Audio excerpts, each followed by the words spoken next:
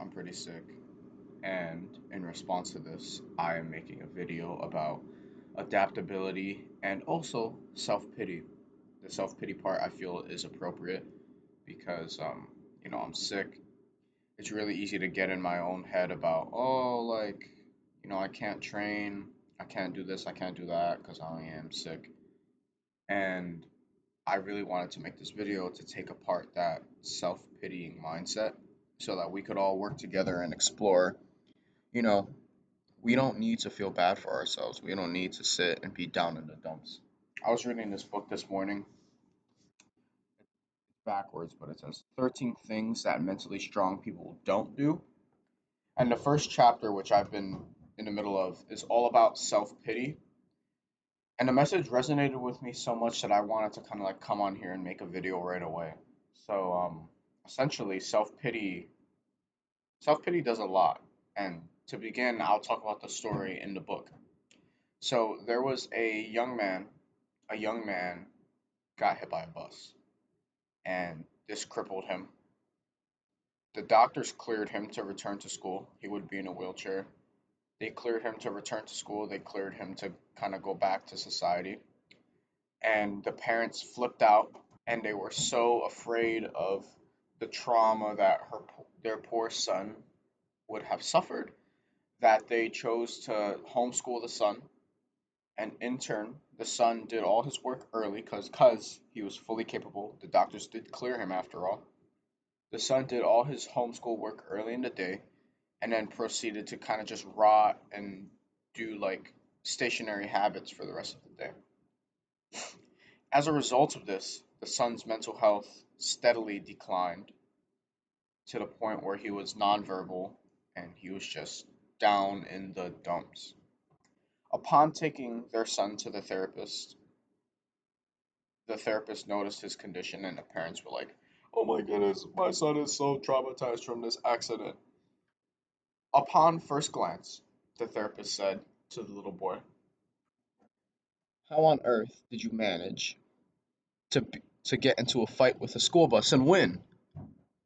For the first time in a while, as a matter of fact, the kid looked and he smiled. He smiled because for the first time since the accident, he was not pitied. Somebody marked him as capable. Somebody pointed out something that he is capable of. His parents were like, "Oh, he can't go to school because the school buses might remind him of his traumatic experience and that he might have a meltdown." Or his parents were like, "Oh, like he might be sad when he realizes what he can't do." However, what the therapist understood is that there are several things that this young man can do. The parents were so caught up with what the accident could have taken that they didn't realize what the accident didn't take. They were so caught up with the quality of life of their son and pitying him that they forgot to acknowledge that, you know, their son's a warrior. And, you know, I'll further this point. I met last week an individual. I won't name him here, but he was also crippled. And I was going on a morning run, whatever, whatever. And I stopped and I walked with him. We spoke for a moment and then I asked him straight up. I said, "Hey, so what happened with the whole like leg situation?"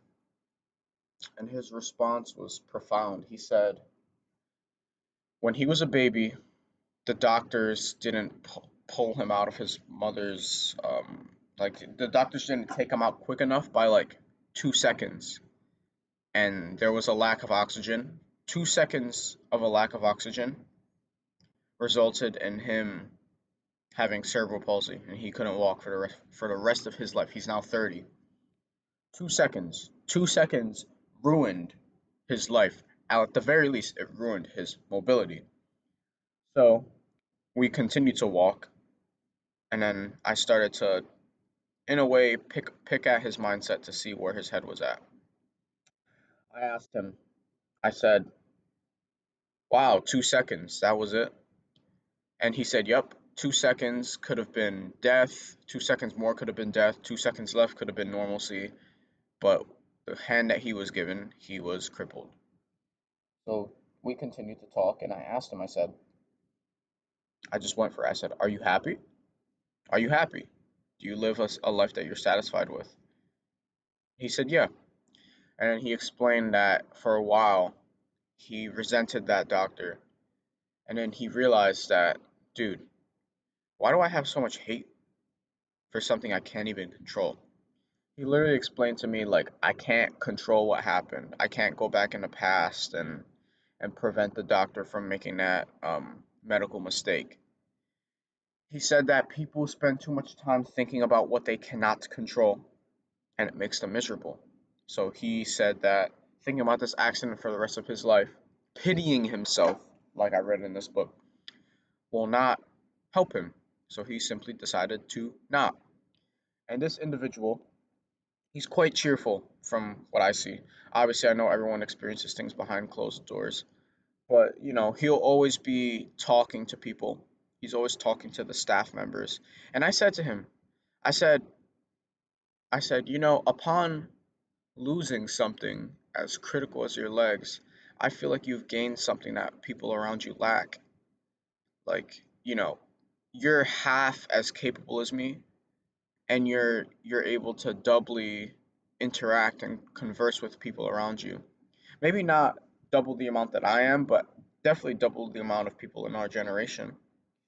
And I said also, like, you're in a position to, based on the way you're acting, lead a more mindful and meaningful life, although you're crippled. It's like, there are a lot of people who don't live a meaningful and mindful life when they have all four limbs. And he said he just has to make the most. He has to make the most out of this life. He has these cards. He's never going to be able to take it back, and he just has to live. And I always see him. He's always smiling. He's always interacting with people.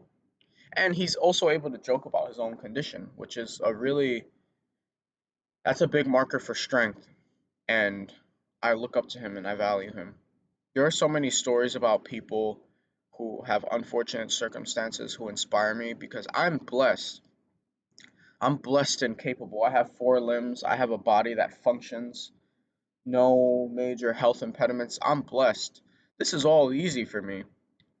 Like, it's like all I have to deal with for my lifestyle of being a combat sports athlete is the fear of the sport itself. I don't have to deal with a heart condition. I don't have to deal with being crippled. I don't have to deal with anything but the sport.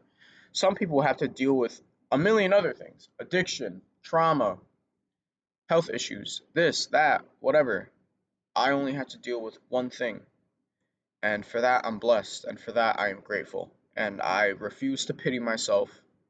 And I will take advantage of these opportunities that I have. I'm blessed.